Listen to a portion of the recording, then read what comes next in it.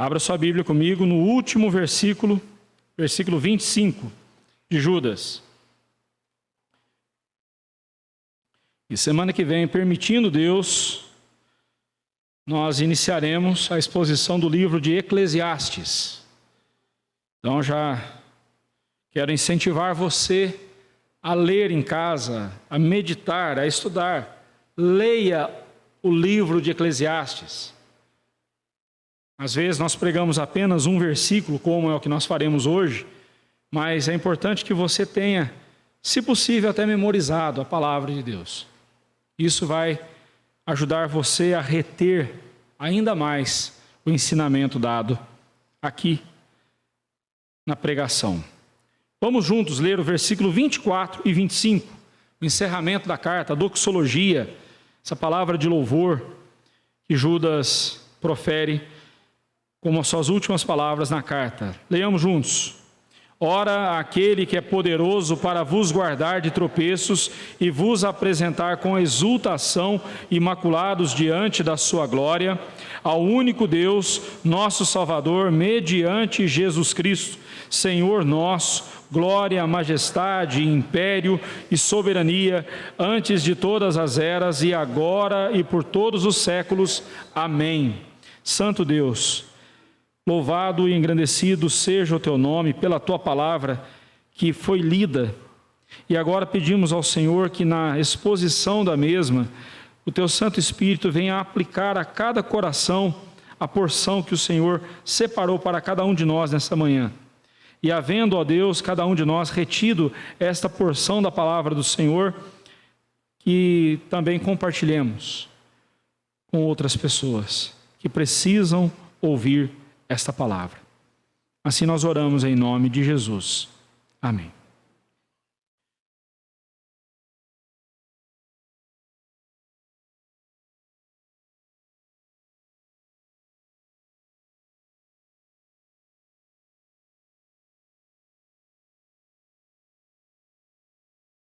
Dada a Deus. É isso que significa essa palavra doxologia, uma palavra de louvor, ou seja, toda a glória tem de ser dada a Deus.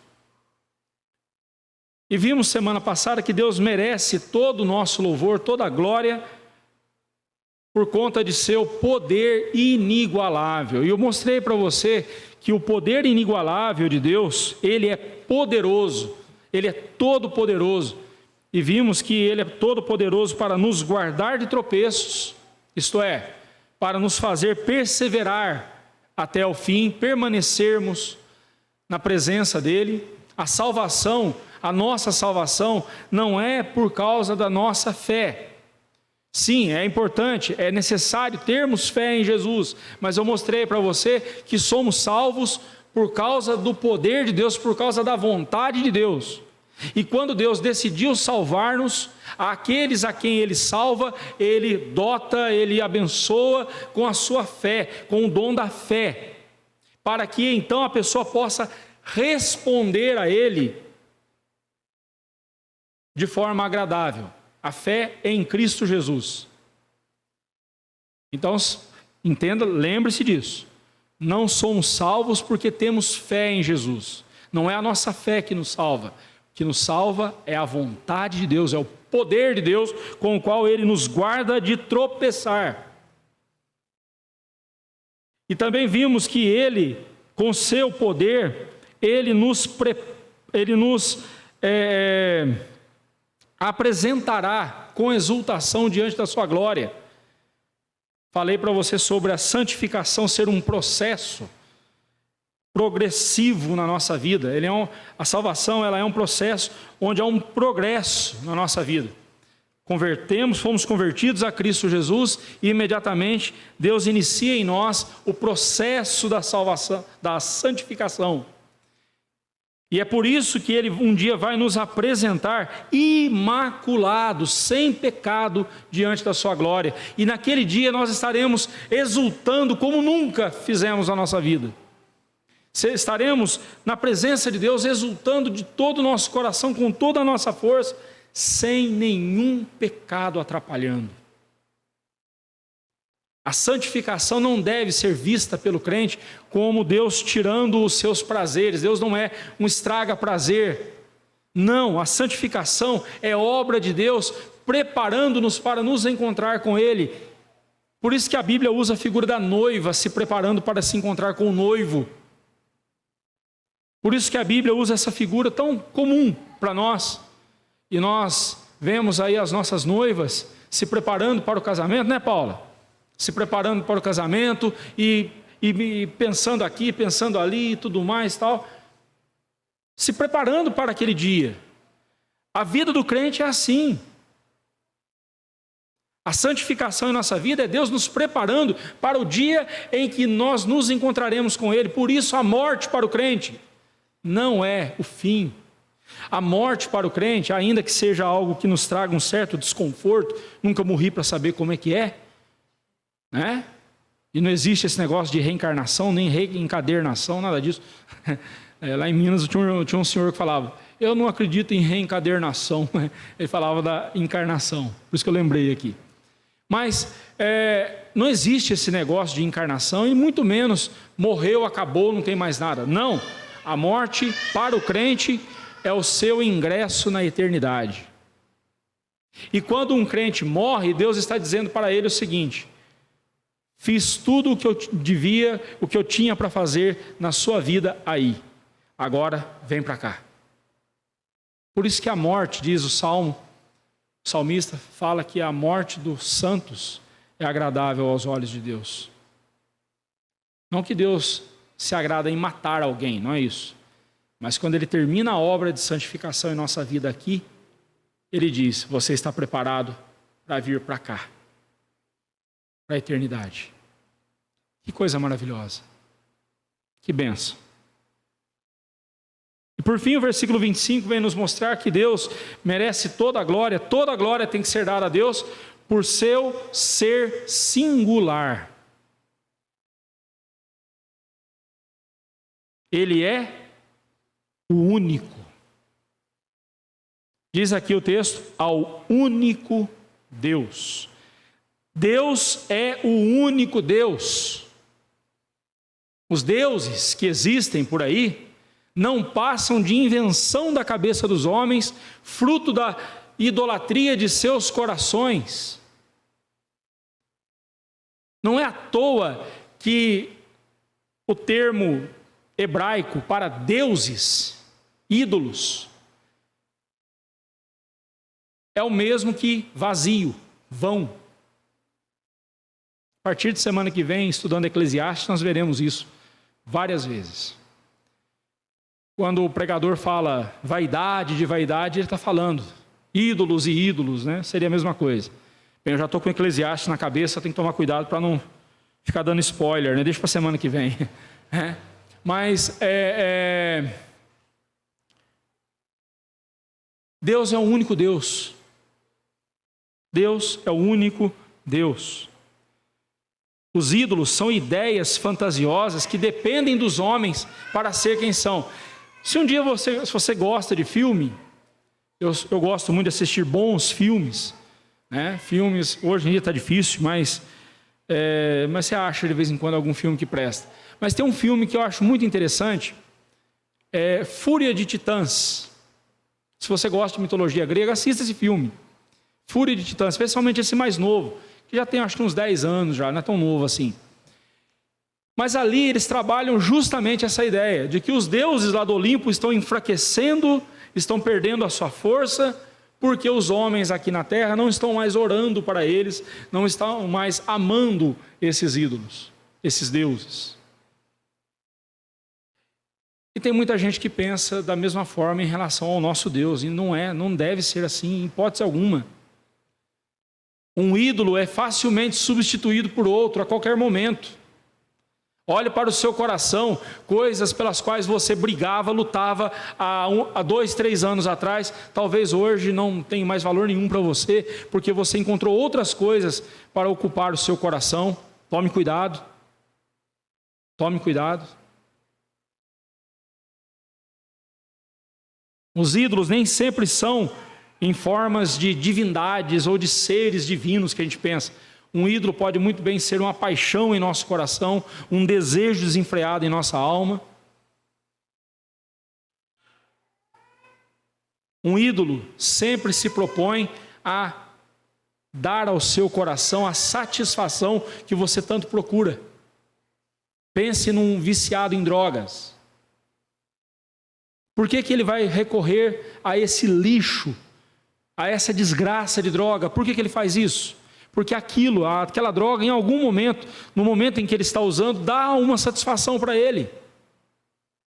Ainda que dure alguns segundos, alguns minutos, algumas horas, mas é uma satisfação passageira. Por isso que ele volta de novo e quer mais e mais, daqui a pouco está com a sua vida toda destruída. Mas isso é um ídolo no coração dele.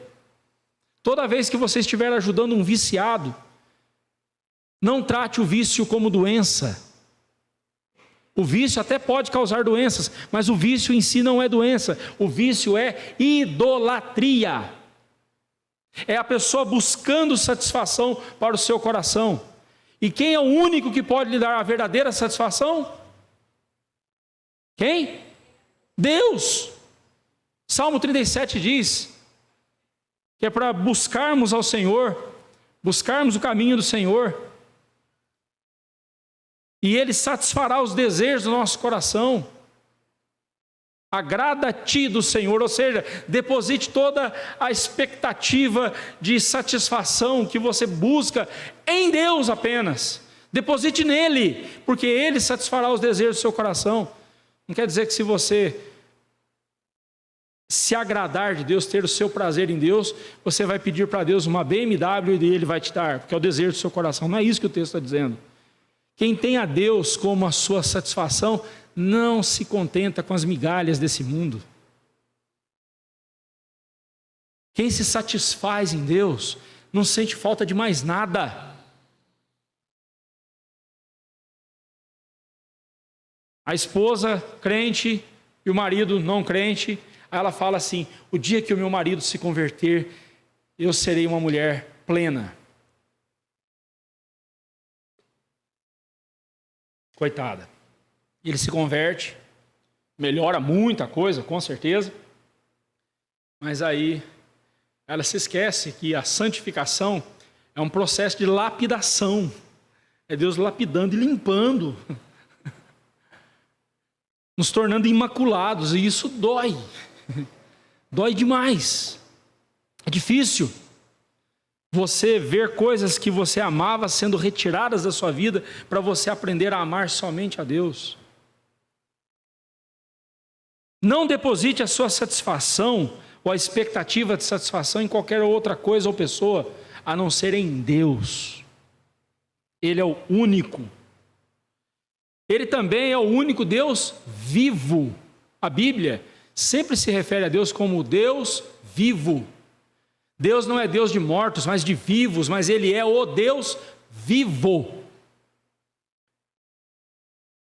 Parece tão óbvio, mas observe como isso é profundo. Porque no momento em que a Bíblia diz que Deus é o Deus vivo, ela não está dizendo que Ele é o único Deus que vive. Ela, não somente isso, ela está mostrando para nós o seguinte, que os ídolos são coisas. Ainda que o ídolo de um coração seja um objeto, por exemplo, como um carro, uma casa, uma propriedade, mas são coisas. Coisas que não têm vida. Coisas que não têm vida por si só. O ídolo, se ele é uma imagem, uma divindade, uma imagem que seja, ele também não tem vida. Qualquer imagem, qualquer estátua de gesso, de pau, de pedras preciosas que seja, não tem vida, é algo morto, é um objeto. Deus não. Deus é o único Deus vivo.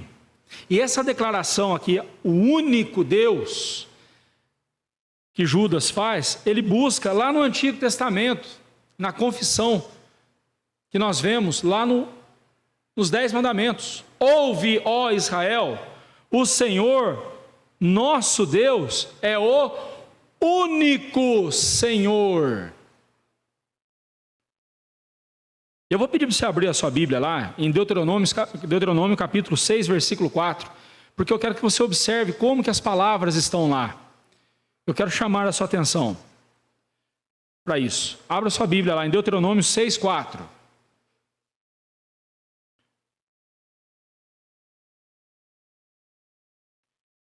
Assim diz a palavra de Deus: ouve, ó Israel, o Senhor, como que está escrito a palavra Senhor?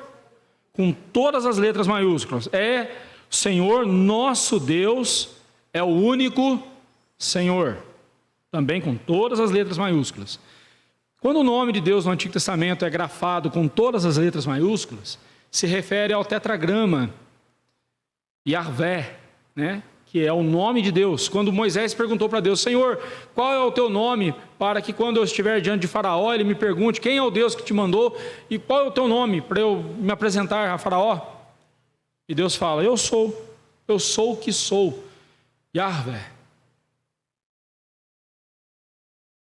Ou Yarvá, como diz uma vez um judeu, eu perguntei isso para ele: como que se pronuncia o nome de Deus?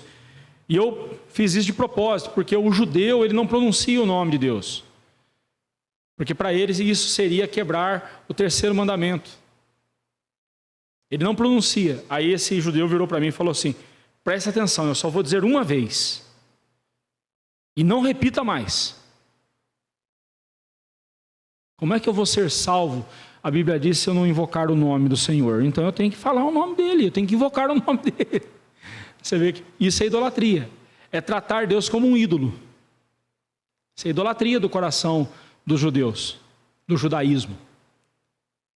Deus não proibiu a gente falar o nome dele, ele proibiu de falar o nome dele em vão, de formas sem o objetivo de glorificar o nome dele. Por exemplo, quando você coloca Deus em expressões como Deus me livre, Deus nos acuda, ai meu Deus, ou então piadinhas. Piadas, para mim, isso é uma coisa mais absurda, quando eu vejo alguém fazendo piadas, e pior, mandando piadas para a gente no WhatsApp, piadas com o nome de Deus. Quer fazer piada, faça com o teu nome, com a tua cara, com qualquer outra coisa, mas não com o nome de Deus. Não brinque com coisa séria, porque Deus não tomará por inocente aquele que levar o nome dele em vão. Não brinque com isso. Não brinque com isso.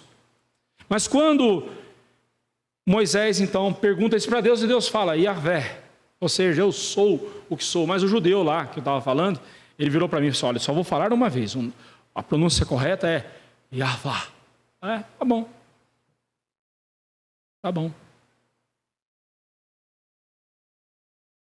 Yahvé, Yahvá, Jeová, Jeová, são traduções ou transliterações do nome hebraico. Mas se por um lado os judeus são extremados em não colocar o nome de Deus em nenhuma expressão, em nenhuma sentença, para não tomar o nome de Deus em vão, hoje em dia se vê o outro lado, o outro extremo da irreverência, da falta de respeito para com o nome de Deus e usando o nome de Deus de qualquer jeito. Toda vez que você for falar o nome de Deus, ou outros nomes relacionados a Deus, como Pai, como Senhor, como Deus, ou qualquer outros nomes que são dados a Deus, sempre que você for usar o nome dele, use com o propósito de glorificá-lo. Então, se você vai falar alguma coisa e o objetivo disso não é glorificar a Deus, não fale o nome dele. Olha, um carro passou por outro ali, olha, graças a Deus não aconteceu nada.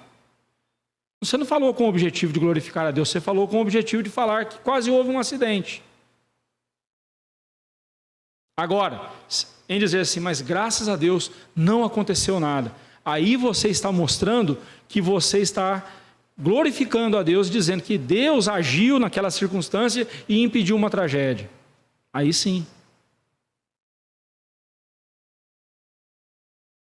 Vamos em frente.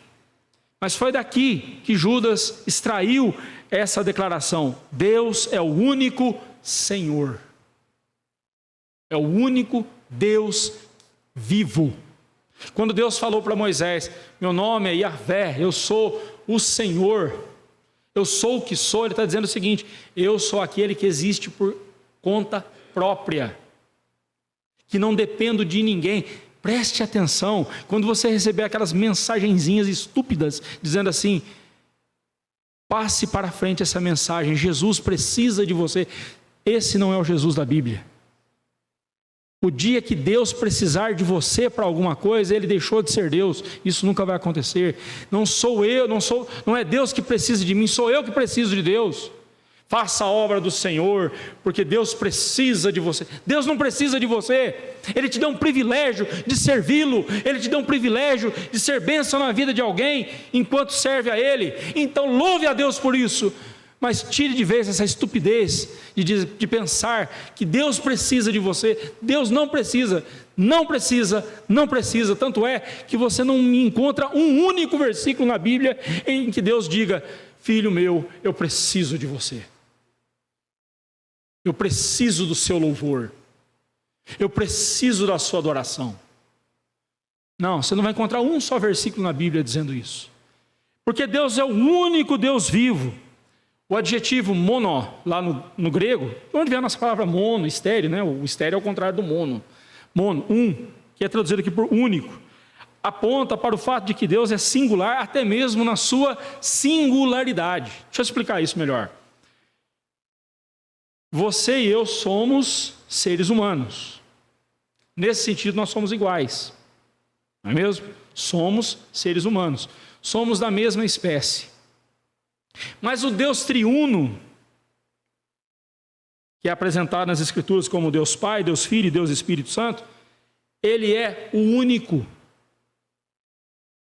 entre aspas, na sua espécie.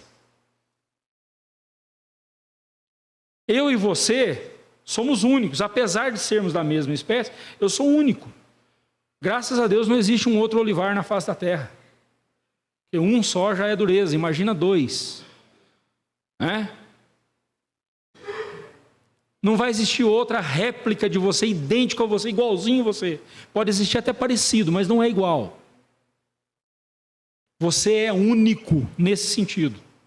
Mas quando você olha para o seu lado, você vê um monte de gente da sua espécie. Deus é o único. É o único Deus e é o único ser como Ele é. Ele é o único que é o autor da vida, que dá vida às suas criaturas, à sua criação, sem Ele ser igual à criação. A criação é divina. Não, a Bíblia não diz isso em lugar nenhum, que a criação é divina. A Bíblia diz que a criação é bela, a criação glorifica a Deus, a criação exalta o ser de Deus, mas a criação não é divina. Porque nós nunca seremos deuses, nós nunca seremos divinos. Pedro disse que nós seremos coparticipantes da natureza divina, ou seja, da glória de Deus, mas nunca seremos deuses. Nunca seremos divinizados, nos tornaremos divindades, como pregam, por exemplo, os hereges chamados mormons.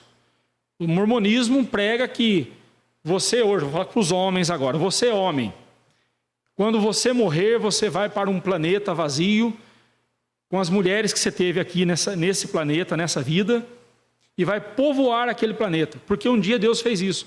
Deus um dia veio para a terra, povoou a terra, e tem tonto que acredita nisso. Então vai, né? Paciência. E eles falam que eles são santos dos últimos dias. Se eles são santos, eu não quero ver os ímpios. Bom, vamos lá. Nunca nós seremos deuses. Nunca nós seremos deuses. Até lá no Salmo, quando diz, vós sois deuses, ali está dizendo o seguinte, vós sois senhores, vocês têm autoridade. É nesse sentido, não no sentido de serem divinos. Mas um dia nós coparticiparemos da divindade, da glória de Deus, da divindade de Deus, nós presenciaremos, nós estaremos lá. É nesse sentido. A natureza divina foi em nós plantada como uma semente e vai frutificar para a eternidade. É nesse sentido, mas não seremos um dia, receberemos o upgrade e nos tornaremos deuses divinos. Não existe isso. A criação não é divina. A criação não é divina. No sentido de que a criação tem partículas da divindade nela. Não é isso. Não. A criação é totalmente diferente. O Criador é totalmente diferente da criação. Totalmente diferente da criação. Porque Ele é o Criador. Ele é a origem da vida. Ele é a origem de tudo. Mas o tudo que Ele criou não tem partículas dele. Não é como a minha filha, por exemplo, que tem o meu DNA e o DNA da minha esposa.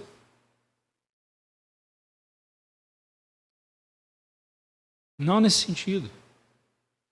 Deus é totalmente separado da sua criação no que diz respeito à sua essência. Mas é Deus quem dá toda a vida à criação. Ele também, o Senhor Jesus disse que Ele é o único e verdadeiro Deus. João 18:3. Para que temam a Ti, o único e verdadeiro Deus. Deus não é só o único Deus vivo, Ele também é o único Deus verdadeiro, o único Deus de fato, o único Deus que a verdade emana dEle. Os outros deuses são falsos, porque não são deuses, são invenções dos homens. Agora, para quem gosta aí de manuscritologia, né? Os manuscritos, Receptus e o Bizantino, são grupos de cópias do texto sagrado, né? Um é chamado de Receptus, que é de onde a nossa Bíblia é traduzida, no Receptus, e o Bizantino, algumas versões usam esses manuscritos. Esses dois grupos de manuscritos, eles trazem, além do adjetivo único, também o adjetivo sábio. Então ficaria assim: ao único e sábio Deus. Eu não teria dificuldade nenhuma se na nossa Bíblia aparecesse a palavra sábio também ali antes do nome de Deus. Não teria dificuldade nenhuma, porque em toda a Bíblia diz que Deus é sábio. Então, não teria dificuldade nenhuma. Mas por que em alguns manuscritos aparece o adjetivo sábio e em outras não? Esse é o processo pelo qual a Bíblia chegou até nós. E é bom a gente fazer a comparação desses textos. Agora, mas então porque a nossa não tem a palavra sábio, então a nossa Bíblia não é verdadeira? Não, irmãos. Em todos os outros textos, a Bíblia sempre está ressaltando a sabedoria de Deus. Mas então alguém foi lá e colocou a palavra sábio. Ou então alguém veio e retirou a palavra sábio. Mexeram na palavra de Deus. Quem é que tirou, quem é que te colocou? Não sabemos também. Eu não estou trazendo isso aqui, espero não trazer confusão para você, mas eu tenho que mencionar isso porque isso é um fato. Se alguém um dia falar para você, viu que sua Bíblia está faltando a palavra sábio? Sua Bíblia é falsa, a minha é verdadeira. Não, meu amigo, não tem nada a ver. O processo das cópias do texto sagrado, a Bíblia, especialmente o Novo Testamento, tem mais de 6.000 cópias do texto sagrado. Isso é maravilhoso, sabe por quê? Porque a gente pode comparar os textos. E a gente vai ver que existe 0, alguma coisa, 0,00 alguma coisa de diferença entre os textos. No meio de tantas milhares de cópias, nós não vemos diferenças que possam dizer assim: puxa vida, esse texto aqui está contradizendo o outro. Como esse aqui. Na nossa versão não aparece a palavra sábio, mas possivelmente, talvez alguém aqui tenha alguma versão da Bíblia que apareça a palavra sábio. A sua é mais completa do que a minha? Não. Simplesmente alguém disse isso, mas o que é dito é verdadeiro. Deus é sábio mesmo. A sabedoria toda está em Deus. Bem, vamos em frente. Judas também afirma que Deus é o nosso Salvador. E observe, ele diz, ao único Deus, ele está falando do Deus Pai, nosso Salvador, mediante Jesus Cristo, Senhor nosso. Mas não é Deus Pai que é o Senhor e Jesus que é o Salvador? Não está invertido? Irmãos, nas Escrituras vemos o tempo todo, aliás, o nome Jesus, no grego, Yeshua, no hebraico, significa Deus é salvação. Então, Judas, como um judeu que é, ele está dizendo, Deus é o nosso Salvador, Deus Pai é o nosso Salvador, porque Ele é quem projetou, Ele é quem determinou, decretou a nossa salvação, e Ele quem executou a nossa salvação, só que essa salvação foi mediante Jesus Cristo, o nosso Senhor. Mas Senhor não é o título de Deus Pai? Pois é, mas Jesus é Deus, como Deus Pai. O Deus Pai, Deus Filho, Deus Espírito Santo é o único Deus. Tanto faz você chamar Deus Pai de Salvador e Jesus de Senhor, ou chamar Jesus de Salvador e Deus Pai de Senhor. Você está atribuindo a eles o que realmente eles são. Mas eu quero chamar a sua atenção para o fato de que nós temos aqui uma reafirmação da divindade de Jesus Cristo. Pois além de ser essa a quarta vez nesta carta que Judas chama Jesus de nosso Senhor, as outras vezes foram no versículo 4, versículo 17, 21 e agora no 25. Então, por 4 vezes ele chama Jesus de nosso Senhor, porque Jesus é o nosso Senhor. Porque nós haveremos de nos apresentar diante de Cristo e prestarmos contas a Ele. Ele que hoje é o nosso Salvador, a Ele prestaremos contas, porque Ele é o nosso Senhor. Ele é o Senhor e Salvador. E você não tem como você receber a Cristo como Salvador sem recebê-lo como seu Senhor. Não tem como você desfrutar das bênçãos dEle sem se submeter ao seu senhorio. Tem muita gente fazendo isso hoje, quer as bênçãos de Jesus, mas não quer compromisso nenhum com o reino dele. Não se importa em obedecer a palavra dele, não se importa em amá-lo, mostrando por meio da sua obediência à palavra de Deus esse amor. Recebem a Cristo como Senhor, Salvador, recebe a bênção da salvação, mas não o recebe como Senhor. Quer saber de uma coisa? Você não recebeu bênção nenhuma. Se você recebeu a Cristo como seu Salvador, diz que recebeu a Cristo como Salvador, mas vive desobedecendo a Deus, dentro de casa, você mulher, vive sendo insubordinada ao seu marido, vive sendo insubmissa ao seu marido. Você pai, você marido, dentro de casa, vive maltratando a sua mulher, vive tratando como um capacho, tratando seus filhos como se fossem objetos seus, como se eles pertencessem a você e não a Deus. Se você diz que é crente, mas como filho é arrogante, petulante, desobediente a seus pais. Se você diz que é crente, convertido a Cristo Jesus, mas como funcionário, como empregado, você é um péssimo funcionário. Você não recebeu a Cristo como Senhor na sua vida. Portanto, você também não recebeu a salvação. Porque não tem como você receber um sem receber o outro.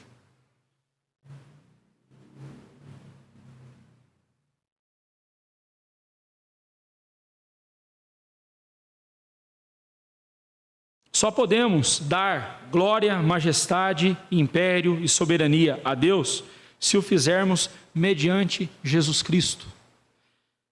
Essa expressão aqui, mediante Jesus Cristo, Senhor nosso. Nenhuma adoração a Deus pode lhe ser agradável se não for mediante Jesus Cristo, se não for por meio de Jesus. Eu tenho repetido isso e bato nessa tecla, irmãos, o nosso culto não é recebido por Deus porque nós fizemos tudo direitinho, começamos às 10h30 e vamos terminar ao meio-dia certinho, no horário cravado, porque nós somos presbiterianos, nós cumprimos o horário. O nosso culto não será aceito porque aqui todo mundo fica quietinho quando o pastor está falando, ninguém grita junto, ninguém fala, não. Quando um vai orar, todo mundo escuta para ver, para no final dizer amém. O nosso culto é ordeiro, por isso Deus aceita. Não estou dizendo que tem que bagunçar também, não é isso não. Vamos continuar assim, porém entendamos uma coisa, não é o que fazemos para Deus, é o que Deus fez por nós, mediante Jesus Cristo, que nos torna aceitáveis a Ele. Por isso que se vamos adorar a Deus, tem que ser por meio de Jesus. E o que isso quer dizer? Simples, e ao mesmo tempo algo profundo. Simples. Toda vez que você se adentrar aqui para adorar o Senhor, não transforme isso aqui num mercado. Eu tenho uma tristeza, irmãos, naqueles minutos entre o cafezinho e o momento aqui do culto. Tem vezes que a gente tem que vir ao microfone e pedir, irmãos, vamos fazer silêncio, vamos conversar com Deus em oração, deixa as conversas. Não precisava dizer isso, irmãos. Eu não precisava passar de chato, eu não precisava dizer para você, pare de ficar andando na hora do culto. Só saia da igreja se você estiver passando mal, aí é diferente, mas se você não dá para aguentar até o final, aguenta. A gente não precisava passar de chato, mas tem hora que a gente tem que repetir isso. Tem que ficar repetindo isso.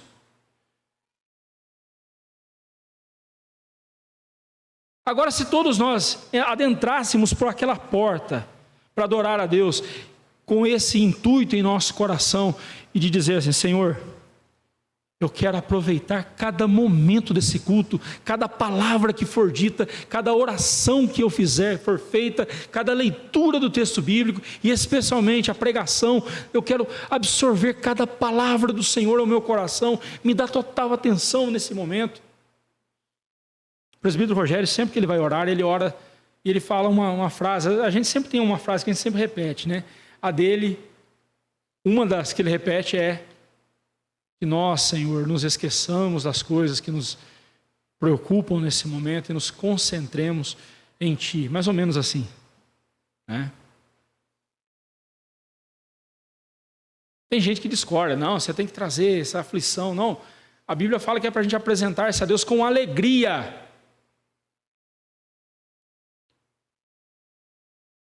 A Bíblia fala, não estou dizendo que se você está triste, você não pode vir adorar a Deus. O melhor lugar para você estar é aqui.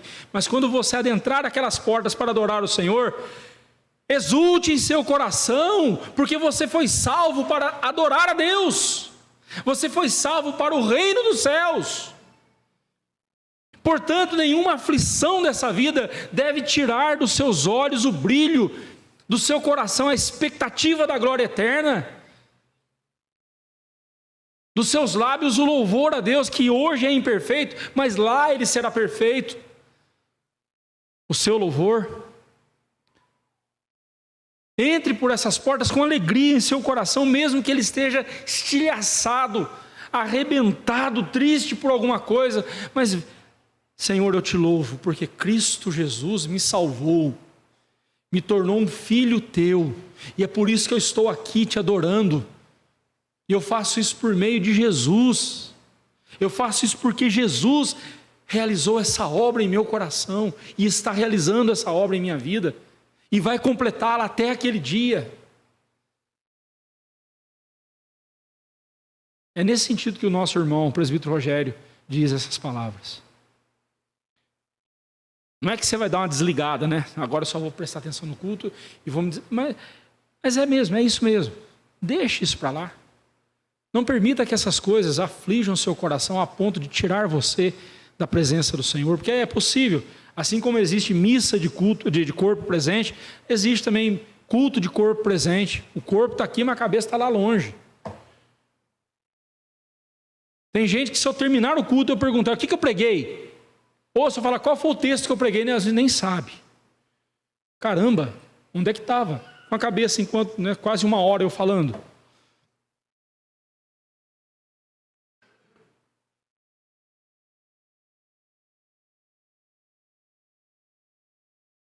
Deus é o único que deve receber da nossa parte o reconhecimento de glória. A palavra glória está relacionada ao brilho, ao esplendor de Deus.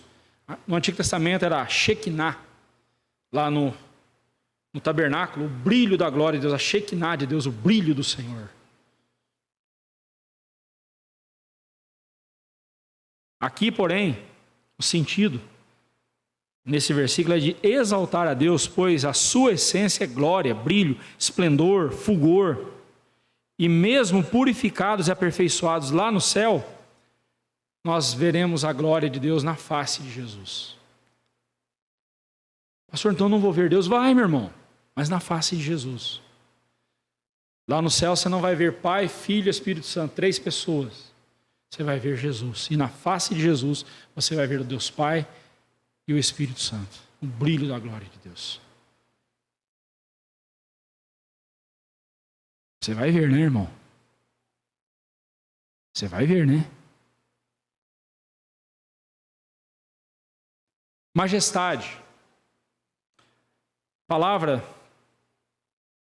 aqui comunica a grandeza do ser de Deus. No Novo Testamento, essa palavra aplica-se exclusivamente ao Deus Pai.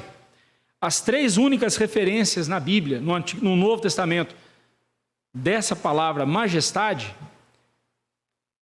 está em Hebreus capítulo 1, versículo 3, Hebreus 8, 1 e Judas 25.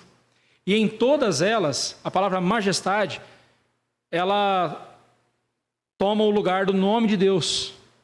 Então, por exemplo, o autor dos Hebreus fala diante da majestade, né? Então, ou seja, diante de Deus. Se refere ao próprio Deus. Ela aponta para a realeza. Deus é o único rei. A majestade de Deus traz consolo ao nosso coração, mas também traz reverência. Porque nós estamos reconhecendo a sua suprema grandeza e poder.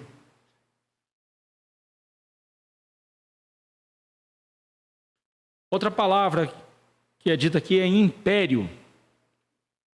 Há vários significados para essa palavra, império. Pode ser força, vigor, poder, um ato poderoso, uma obra de poder ou domínio. No caso é essa palavra aqui, domínio. O sentido aqui é de domínio. Deus domina sobre todo o universo, tudo que Ele criou, Ele domina. Até essa tragédia que nós estamos vendo no Rio Grande do Sul, não fugiu do domínio de Deus. Não fugiu. Eu sei que você tem muitas perguntas, eu também tenho. Aquelas histórias dramáticas que a gente ouve. Dramática não, ali não é drama, ali é real.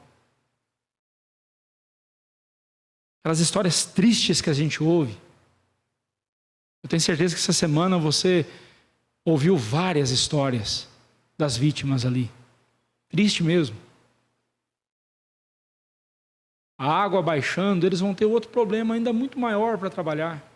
Reconstrução da cidade. Quem é da roça sabe o que eu estou falando. Quando passa uma enchente dessas, levando um monte de entulho e tranqueira, quando a enchente vai embora, a terra vira uma lama. E essa lama endurece, vira um vidro seco, duro. Imagina o sofrimento dessas pessoas que tiveram suas casas totalmente destruídas. Falava agora há pouco isso com os irmãos ali na classe de discipulado. Ele vai reconstruir, não vai saber nem onde está a divisa do terreno dele. E as pessoas que perderam seus entes queridos? Que estão desaparecidos. E muitos podem estar e estão debaixo da lama, misturados ao entulho, à lama, soterrados, mortos. Meus irmãos, é tão triste. E a gente fica perguntando, mas onde Deus estava? Sabe onde Deus estava? No mesmo lugar onde Ele estava quando Ele viu o Filho dEle sendo crucificado na cruz por nossa causa.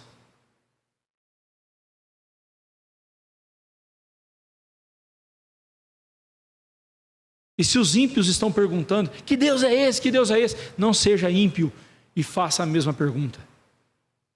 Pelo contrário, Deus reina. Um dos textos do Antigo Testamento, são meus prediletos, é Isaías capítulo 6. A visão de Isaías. Ele começa dizendo assim: no ano da morte do rei Uzias, eu vi o Senhor assentado no seu alto e sublime trono. Alto e sublime trono é uma expressão que Isaías vai usar várias vezes no seu livro, se referindo a Deus. Mas por que essa informação é importante? Quem foi o rei Ezequias? Ezequias reinou por mais de 50 anos. E foi um dos maiores reis, um dos melhores reis que Israel teve. Fez obras maravilhosas. Jerusalém, no topo do monte, situação difícil, água. Geralmente a cidade é construída ao redor de rios. Lá em cima não tem rio. Ele fez um aqueduto. Naquele tempo, ele mandou fazer um aqueduto que trazia água de Gion, onde tinha muitas águas, Gion, para Jerusalém. O pessoal está maravilhado com a transposição do Rio São Francisco. Isso é coisa antiga, já faziam e faziam muito melhor. Não deixava a obra para terminar, não. Ezequias foi um grande rei. Mas depois de 50 anos, Ezequias morreu. Isaías olha para o trono de Israel, para o trono de Jerusalém, e o trono está vazio. Quem vai vir no lugar dele? Quem vai assumir o lugar desse grande rei? Geralmente são essas perguntas que surgem numa situação assim. Mas aí ele diz: mas eu vi o Senhor assentado no seu alto e sublime trono. Ora, Jerusalém não tinha mais rei. Jerusalém, o rei morreu. O trono estava vazio, mas o trono do céu permanece intacto. O trono do céu permanece ocupado por aquele que sempre esteve lá. O Yahvé, o Deus que existe por conta própria, o único e verdadeiro Deus. Por isso, Judas diz, e soberania. Esse termo está totalmente ligado ao anterior. Se Deus é o grande imperador desse universo, está na sua criação, agindo na sua criação, sustentando a sua criação e coordenando cada fato que nela acontece, é porque Ele é soberano. E os soberanos deste mundo têm a sua autoridade derivada de Deus, porque nenhuma autoridade é instituída nesse mundo a não ser pela vontade de Deus. E é por isso mesmo que se uma autoridade deste mundo não agir de acordo, vai responder diante de Deus. Os presidentes temem a palavra impeachment, né? Tem medo de pensar nisso. Deveriam temer aquele, como disse Jesus, não devemos temer aqueles que quando muito podem tirar a nossa vida. Nós devemos temer aquele que tanto pode tirar a nossa vida e mandar-nos para o inferno. E esse alguém é Deus.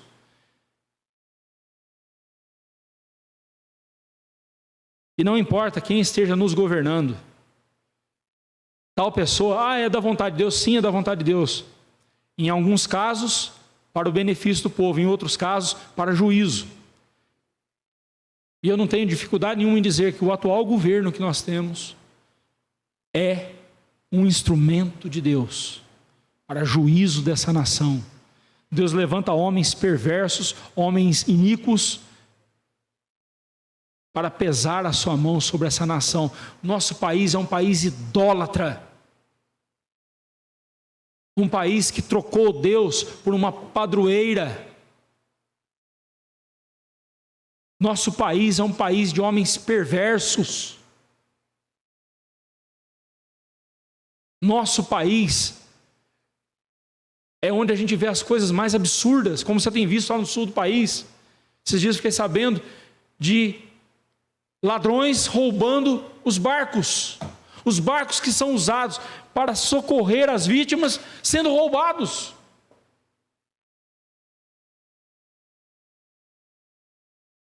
Me doeu no coração quando eu vi um senhor dando uma entrevista, e aí então as autoridades dizendo, vocês têm que sair daqui, vocês têm parentes numa cidade aqui por perto, vão para lá. E aquele homem disse assim, e você vai cuidar da minha casa, do pouco que me restou? Se eu sair daqui, minha casa será saqueada, o pouco que me ficou será roubado. Meus irmãos, como o ser humano consegue ser tão mau, numa calamidade dessa, se mostrar tão desgraçado assim? Mas não se engane, todos compareceremos diante de Deus. Ele é soberano, E Deus não será só soberano lá, Ele já é aqui. E é por isso mesmo que nós prestaremos conta a Deus. Essa semana, numa postagem, um amigo colocou assim: a mentira anda muito mais rápido do que a verdade. A mentira, ela dá uma volta no planeta enquanto a verdade está se vestindo para sair de casa. Aí eu falei assim, mas não adianta, a verdade sempre prevalece. Aí ele me respondeu dizendo assim, mas até a verdade prevalecer, a mentira já fez muito estrago. Aí eu falei, não adianta querer discutir com essa pessoa. Aí eu só coloquei assim, mas é por isso mesmo que haverá um dia do juízo final.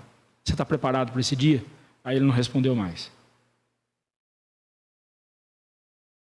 Vamos em frente. Na última frase, Judas diz: antes de todas as eras, e agora e por todos os séculos. Ou seja, em cada época, passado, presente e futuro, Deus deve receber louvor. No passado ele recebeu o louvor e glória, no presente e no futuro, e ao mesmo tempo em todas as eras. Em todas as eras. Jesus Cristo é o mesmo ontem, hoje e o será para sempre, diz Hebreus capítulo 3, versículo 13, versículo 8. Jesus também disse lá em Apocalipse 1, 8, eu sou o alfa e o ômega, diz o Senhor Deus, aquele que era, que é e que há de vir, o Todo-Poderoso. E há ainda uma semelhança no capítulo, em Apocalipse.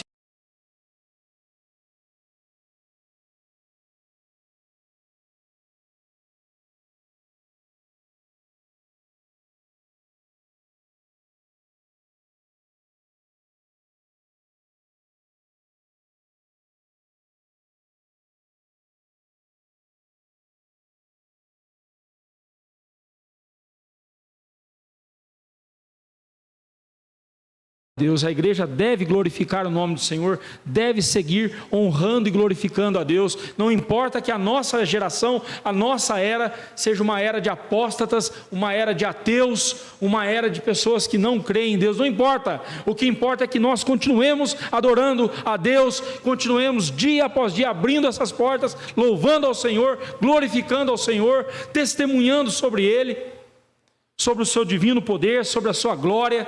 Temos que continuar firmes. Sei que tem hora bate um desânimo. Sim, bate mesmo.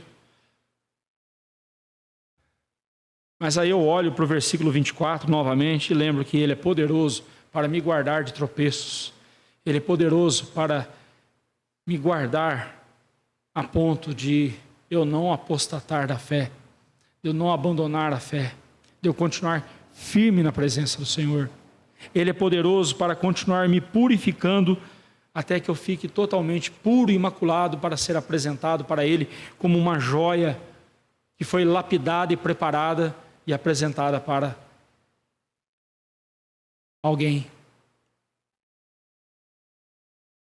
Não, eu não vou desistir, continuarei firme. Amém. E aqui não é uma pergunta.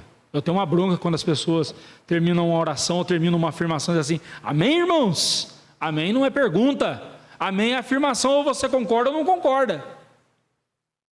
Amém significa assim seja, ou sim, isso é verdade, isso que o irmão está dizendo na sua oração é verdade, e eu testifico, pois Deus prometeu desse jeito na sua palavra, e eu creio.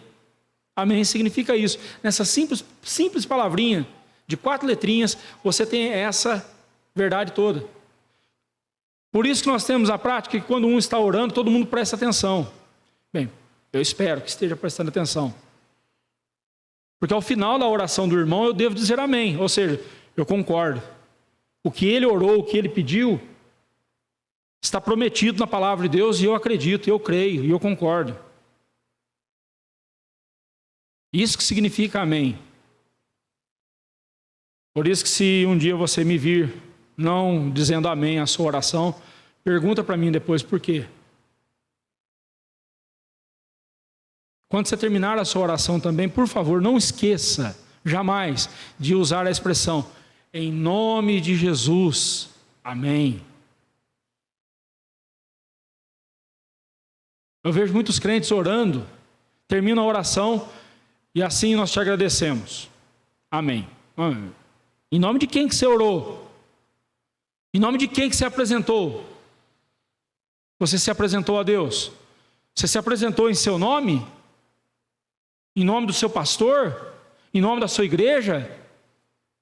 Quando você orar a Deus, ao dizer em nome de Jesus, amém? Você está dizendo, Senhor, é em nome de Jesus que eu me apresento diante de Ti. Ou seja, pelos méritos de Jesus, pelo que Cristo mereceu, não pelo que eu mereço. Por isso que Judas termina a sua carta, e assim muitos livros da Bíblia terminam com essa palavra. Amém. Ou seja, assim seja.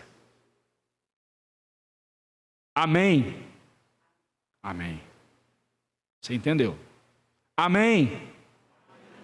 Eu não vou falar amém, irmão. Não vou falar não. Não responda a esse amém, irmão, não. Que amém não é pergunta, não. Ou você crê ou não crê. É convicção. Encerrando. Deus não tem concorrentes. Mas se você colocar ídolos na sua vida, se prepare para se ver com Deus. Ouve, ó Israel, o Senhor é o único Deus, o único Senhor. Não terás outros deuses diante de mim.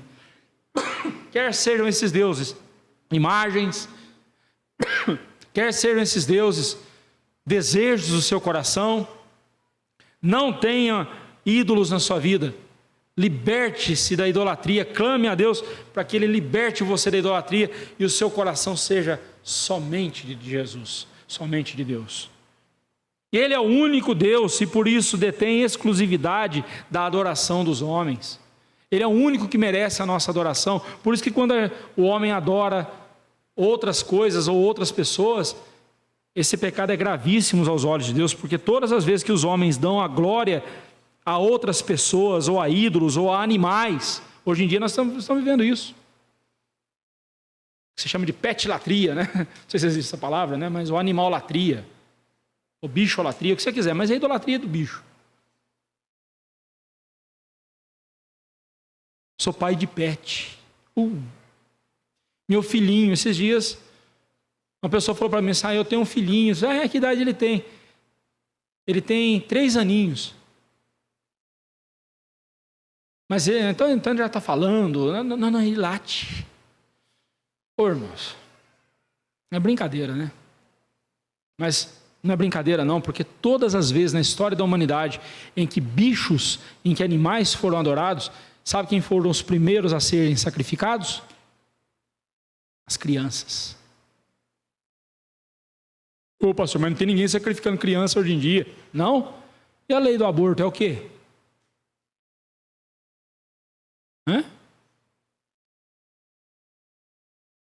Leis pró-aborto são o quê?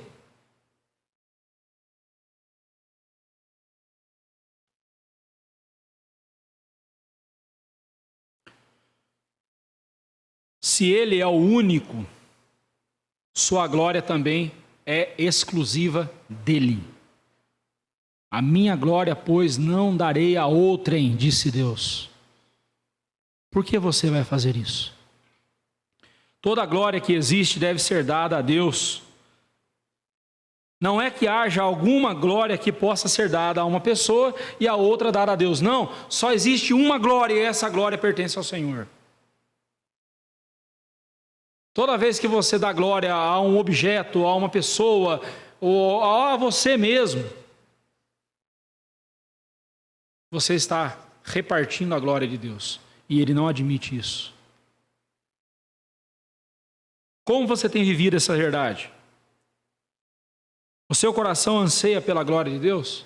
Você rende a Ele toda a glória por tudo o que acontece em sua vida? E em todos os momentos da sua vida, você busca conferir a Ele toda a glória que lhe é devida? As pessoas estão olhando para a sua vida, glorificam a Deus que está nos céus? Jesus disse, lá em Mateus 5,16, assim brilha a vossa luz diante dos homens, para que vejam as vossas boas obras e glorifiquem ao vosso Pai que está nos céus. Há um perigo, irmãos, que ronda a nossa igreja.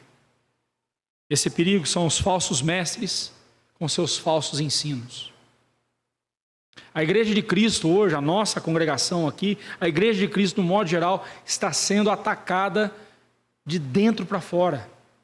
Falsos líderes, falsos pastores, falsos mestres, ocupando o púlpito, ensinando o povo coisas que vão levá-lo à apostasia, e nós temos que ficar atentos.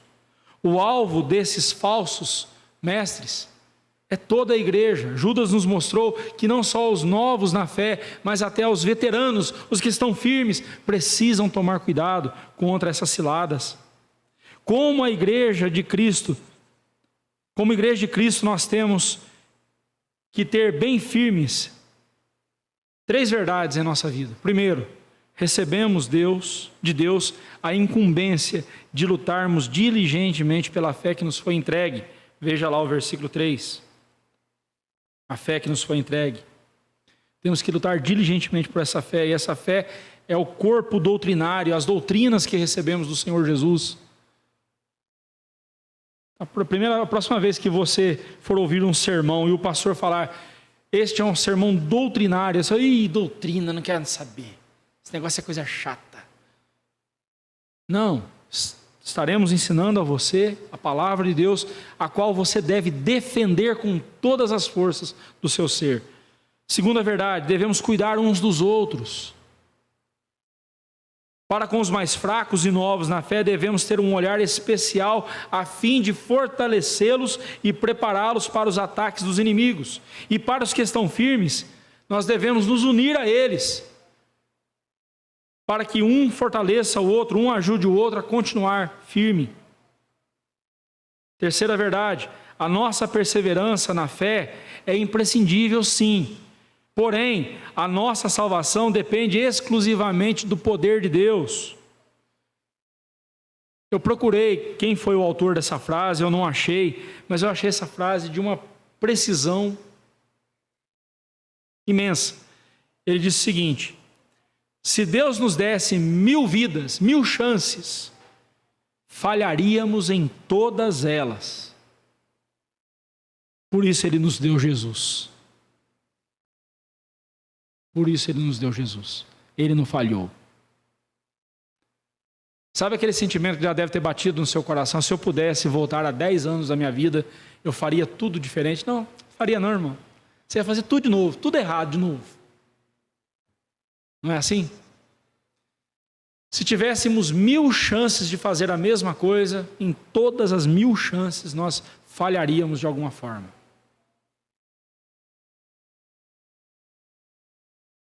É por isso que Deus nos deu Jesus, o Salvador. Por isso que Ele nos deu Jesus. Por isso que é mediante Jesus Cristo. É por meio de Jesus.